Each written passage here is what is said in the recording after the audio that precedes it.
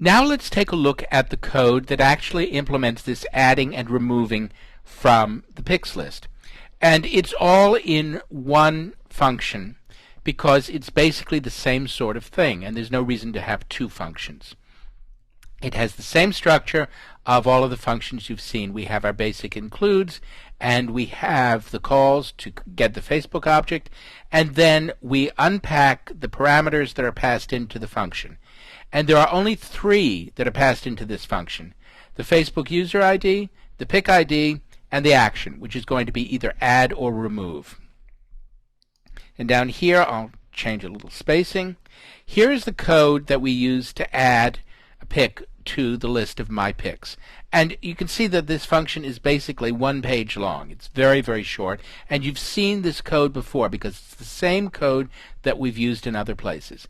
If we're adding, the first thing we do is to count to see how many of this thing are there. In other words, how many user pics records have this Facebook user ID and the pic ID.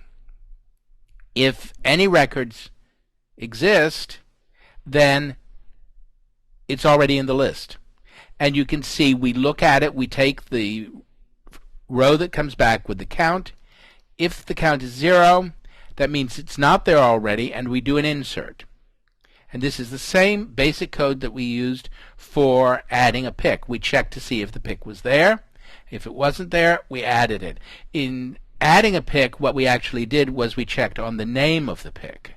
But here we're checking on the ID of the pic, so that's an internal number, and we're certain that this is the same one if it's there. It's not an error. We don't have to tell the user anything. What we do is we redirect to the list of my pics after we've added it. If it is a remove request, we delete it. We don't have to check to see if it is already there or, in fact, if it's not there, because deleting a record from a table, if it doesn't exist, doesn't throw an error. So it's very similar to the way in which we handle adding pics ourselves. We say the intent of adding a pic is to get it into the list. Whether we actually have to add it now or it's already there, it doesn't really matter. Deleting a record that doesn't exist is not an error. So we don't have to do any testing first with a count. And after we've done the delete or the remove, then we just come down here and we redirect to the MyPics page. We are never generating an error here unless we actually die with the database. And that's a pretty standard way of functioning, because although you don't want your app to die very often with database problems, basically what we're controlling is a very, very small world of very simple transactions. They're simple transactions. You don't need to explain them in great detail to the user. You just do them. They click, you do them, and that's it.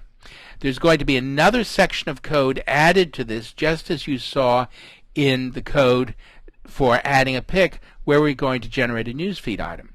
But this is the code to basically add or remove items from an individual's list of pics.